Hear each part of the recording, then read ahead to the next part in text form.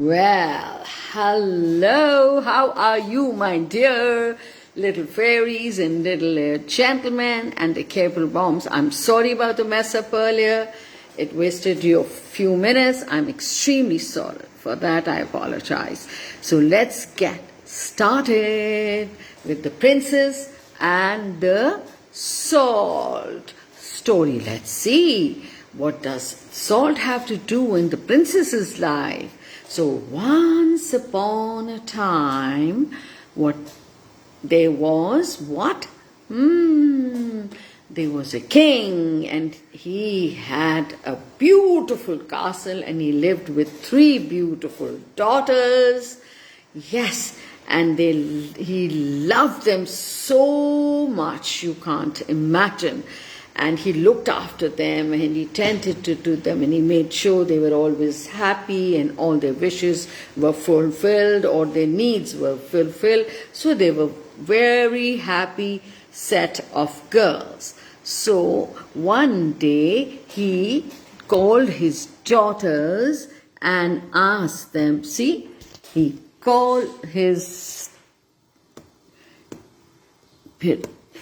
messing up again. He called his daughters, can you see them? Yes, and asked them some question. Now, they knew that their father had been extra kind and extra good to them, so they had to be obedient and they had to be honest and, make him happy. So just like he did make them happy. So one day as he called them, they all came in. You can see them, all 3 of them. Yeah. And then guess what? He had a question. They were wondering, why has father called us here? Well, he had something to ask them. And the question was, my dear daughters, you know how much I love you. So now I want to know that how much you love me. So he asked his eldest daughter. Now the eldest daughter was not prepared for this, but she knew she had to make him happy. And of course she loved him very much, but she couldn't think of an example. But then she thought of what was most valuable for her, and that was gold. So she said, you are as dear to me. I love you as much as anyone would love gold. Wow. And the king was so happy. He knew what riches and gold were. Usko sab ज़ाहिर है, उसको अंदाज़ा था, और gold कितना valuable है. उसका दिल खुश हो गया. He was so excited and happy कि उसकी बेटी उसको गोल्ड की तरह लव करती है. But remember, it's a worldly thing. Number 2 came along. Yes, Papa, Your Highness, you wanted to ask me a question. She thought he might ask her a different question, but he had the same question for her. Oh, can you tell me what you want? Well, I want to ask you, how much do you love me, my dear, dear daughter? And she said, she had the same problem. She said, but she loved diamonds the most. So she wanted to keep her father happy, and she loved the diamonds most. So she said, I love you as much as diamonds. Oh, my dear, dear heart. He embraced her, and he was so happy that his daughter had compared her love for him with diamonds. He was super happy and glad. So now was the turn of the 3rd daughter. Now the 3rd daughter was different from the other sisters. She did not like material things. She loved nature. She loved animals. She loved flowers. And she was a very kind-hearted and a very honest girl. And she did not like to exaggerate और कहानियाँ बनाने का उसको बिल्कुल शौक नहीं था. तो उसको पता था उसका पापा क्या पूछेंगे. She was very wise also. जब उन्होंने पूछा, how much do you love me, my little one? And she said, oh, your highness, papa, I love you as much as I love salt. Huh? Salt, did you say? Salt? You love me as much as salt? No. Well, he didn't think that deeply, the father, and he said he was so disappointed. He felt crying, and he was so angry and annoyed with his youngest daughter. He said, how can you compare your love for me with the salt? What is the value of salt? It's not that important. She tried to explain it to him, but he would not listen. He was so unhappy. You can't imagine. And he turned her out. Now you better leave the castle. You're not allowed to come back. Do you hear me? Oh, but why? Why are you saying this? Because you value me as much as salt. What value does salt have? And she was turned out. He would not listen to her, she was turned out of the castle. Poor thing.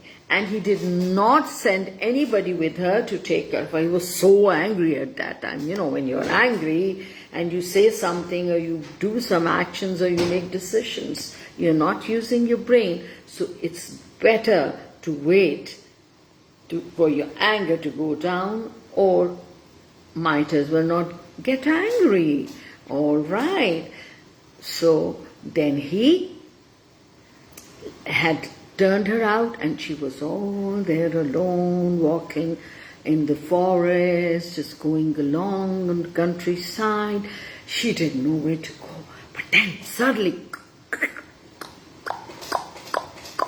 she heard a horse rider coming by. She was scared he might kidnap her. उसको पकड़ के ले जा सकते, कोई भी होगा, वो उसको मार भी सकता था, उसको खा भी सकता था. So she was very scared. So she started running around, and then she found a tree hollow, और उसके अंदर छुप गई. Little did she know कि जो rider था उसने उसको छुपते हुए देख लिया था.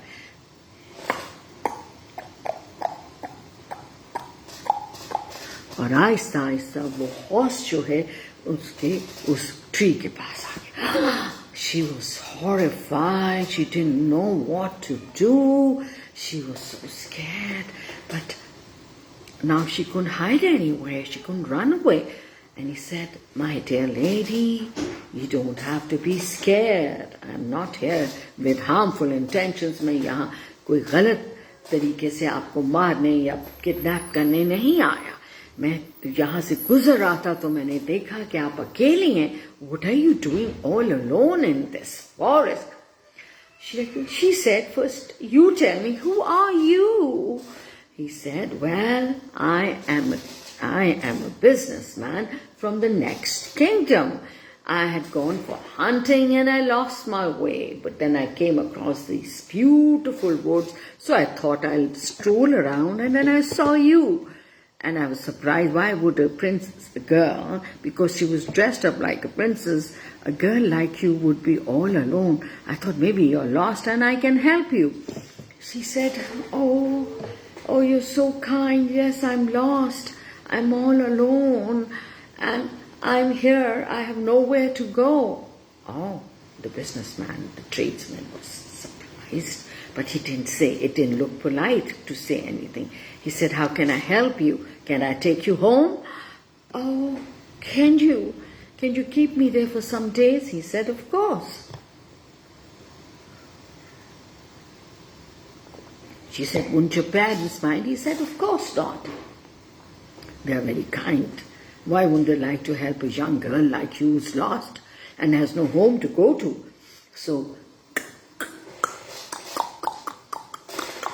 they went on his horse, and he reached his home, his kingdom, and then he reached his home, and then he introduced this girl to his parents. She was very sweet and polite, like I told you. She was very wise also, and a very sensible girl. She spoke to them very nicely. They liked her, and then she told them what had happened with her and her father, and he had turned her out of the castle.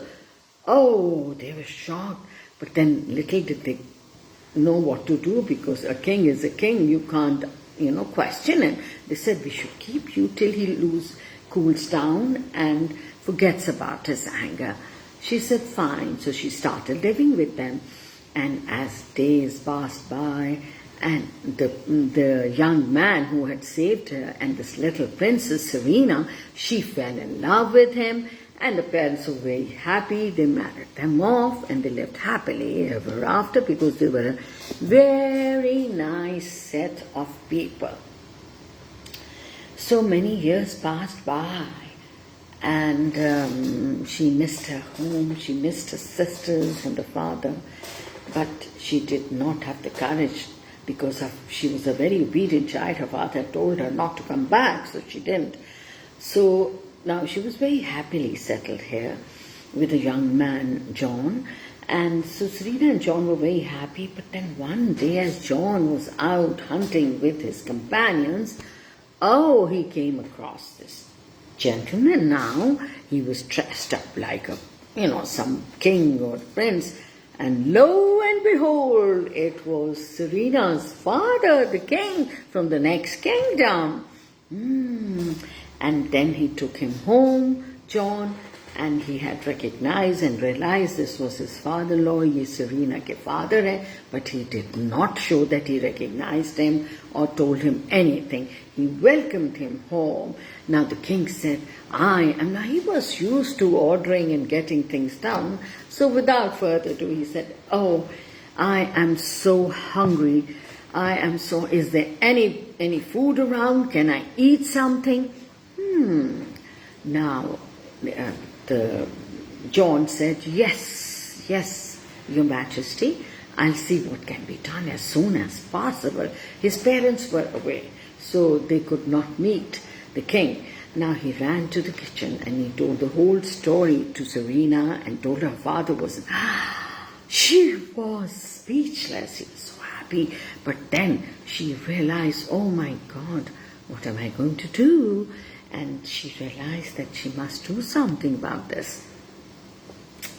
And then she sent all her cooks away from the kitchen, and she said, I'm going to cook the meal. And she cooked a grand feast. She was a very talented princess. Quickly Serena made a lot of things, pot roast and this and that, fit to serve a king. So before you know it, the whole table was filled with marvelous dishes. King was delighted. Oh my God, he couldn't wait to start biting. And then he picked up one thing. Whoa, he did this. Then he tried something else. And now the princess was hiding behind the curtain. She was hiding behind the curtain and watching what her father was doing, and she had a smile on her face. He tried 2-3 dishes and he was so hungry. Well, I'm so hungry I could eat a horse, but this food is so bland and tasteless. How can I possibly, no matter how hungry I am, how can I eat this? Call the cook, I must speak to him. He ordered just like he would do in his palace.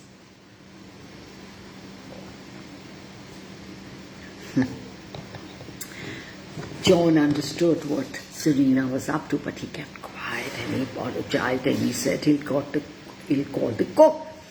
But when the cook came, it had been so many years right away. The king had gone old. He didn't recognize his daughter. She was looking a little older and more mature. And he said, you cooked the food? You don't know? You didn't put salt in any of these dishes.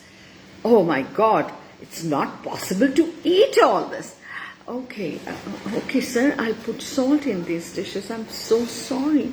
But then she slowly came to her father and said, dear father, do you realize I'm your daughter?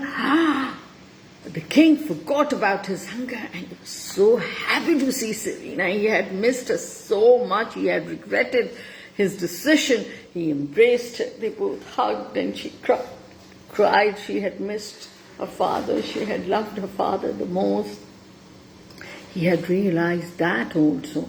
And so, because back home the girls were always, the other daughters were always selfish, wanting things. And they never paid attention to their father. And now he remembered that it was Serena who looked after his things and took care of his affairs. And now he had missed her, he loved her, and he said, she said, it's okay. But, oh, do you realize how important salt is? We can't eat anything without salt. We can't cook anything. So salt is the most essential thing. That's why I said I love you like salt. As much as I love salt, none of us can eat food without. And father was so embarrassed and he apologized. My darling Serena, my dear little daughter, I apologize. I should not have done you. I have been worried sick about your safety. Also, thank to this guy, Mr. John. She said, this fellow, Mr. John, is a businessman here. I live here with him. We are married. Oh, and then he hugged John. He was very happy that his daughter was married. And now he understood the value of salt. Salt was the most important thing in every food. Can you have food like French fries or burger or meat or curry, whatever you are having, pot roast or pot pie, whatever you are having, can you have it without salt? Well, it adds all the flavor to the food. And that's what we have learned, and what we have learned also, that glamorous things, glamorous gifts, glamorous flattering is not that important. Is the basic ingredients in life, basic values, virtues, and needed things. And it's the intention behind the gift or the love, not the value or the brand of the gift. Is that right? So she had said she loved him as much as salt, and he came to realize that. He took her back home, and they lived happily ever after. Did you like the story? Did you like the moral? Do you agree with it? I'm sure you're going to apply this in your life. Is that right? Okay, bye-bye. Hafiz.